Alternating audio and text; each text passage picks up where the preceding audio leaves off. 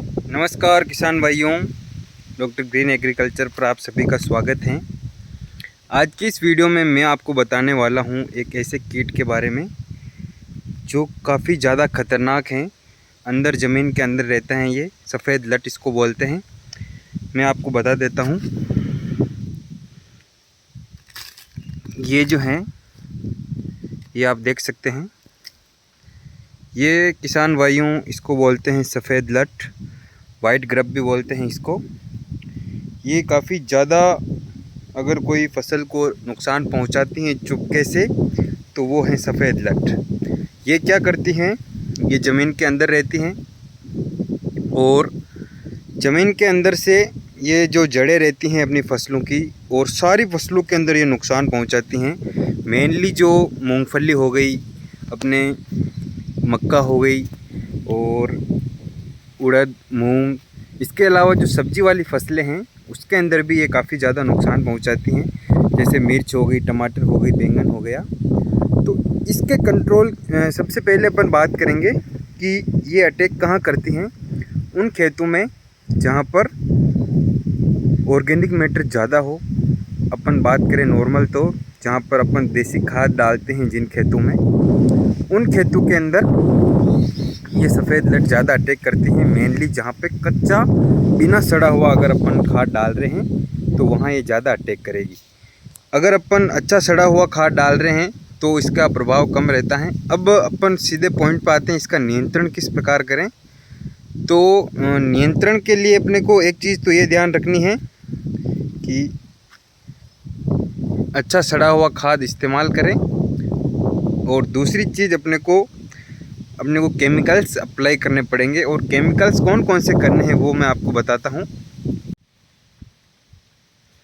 ये देख लो किसान भाइयों, ये है सफ़ेद लट का कमाल।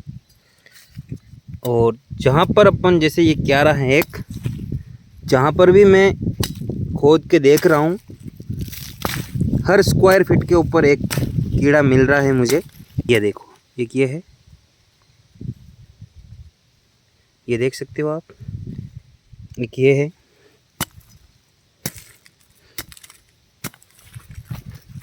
एक ये आ गया बड़ा कीड़ा। तो मेनली जो भी अपनी सब्जी वाली फसलें हो गई, जैसे ये हमने घर के पर्पज़ के लिए थोड़ी सी मिर्च लगा रखी है हमने, और मिर्च में फ्रूटिंग भी आ रही है। टोमेटो भी हैं, 2-4 पौधों के टोमेटो के पौधे भी हैं। तो इस क्यारे के अंदर मैंने कल विज़िट किया था, और पौधा अगर इस प्रकार से आपको कमज़ोर दिखाई दे, जैसे ये टमाटर है, ये धीरे धीरे उल्टा सूखने लग जाता है, तो ये लट क्या करती हैं, इसकी जड़ों को काटने लग जाती हैं। तो अपन बात करेंगे इसका नियंत्रण किस प्रकार किया जाए।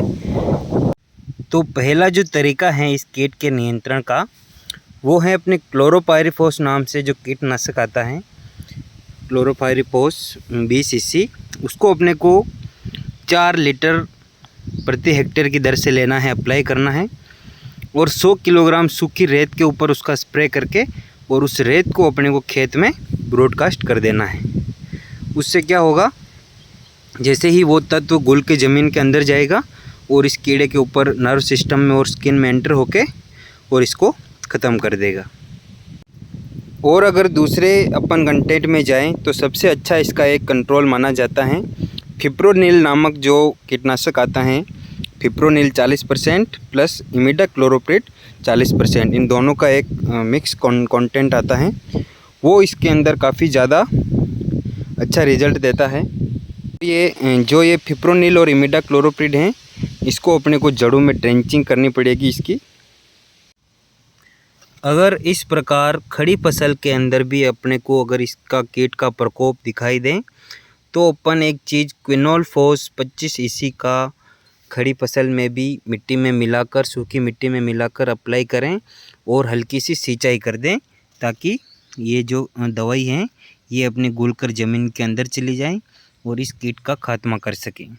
तो किसान भाइयों, ये जो मैंने आपको दवाएं बताई हैं काफ़ी अच्छी इसके अंदर कार्य करेगी आपकी सफ़ेद लट के नियंत्रण में। अगर अपन बायोलॉजिकल तरीका कोई देखें तो मेटारिजियम एनिसोफेली नाम से एक तत्व आता है, उसमें एक फंगस रहती है।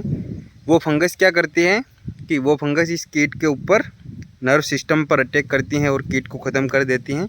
तो जो जैविक खेती करने वाले फार्मर्स हैं वो मेटारिजियम एनिसोफेली नामक तत्व फंगस जो आती है उसका भी अपन अप्लाई कर सकते हैं। किसान भाइयों, कैसा लगा ये वीडियो? अधिक से अधिक शेयर करो किसानों के पास, और कलयुग के इस सबसे खतरनाक कीट का करते हैं खात्मा।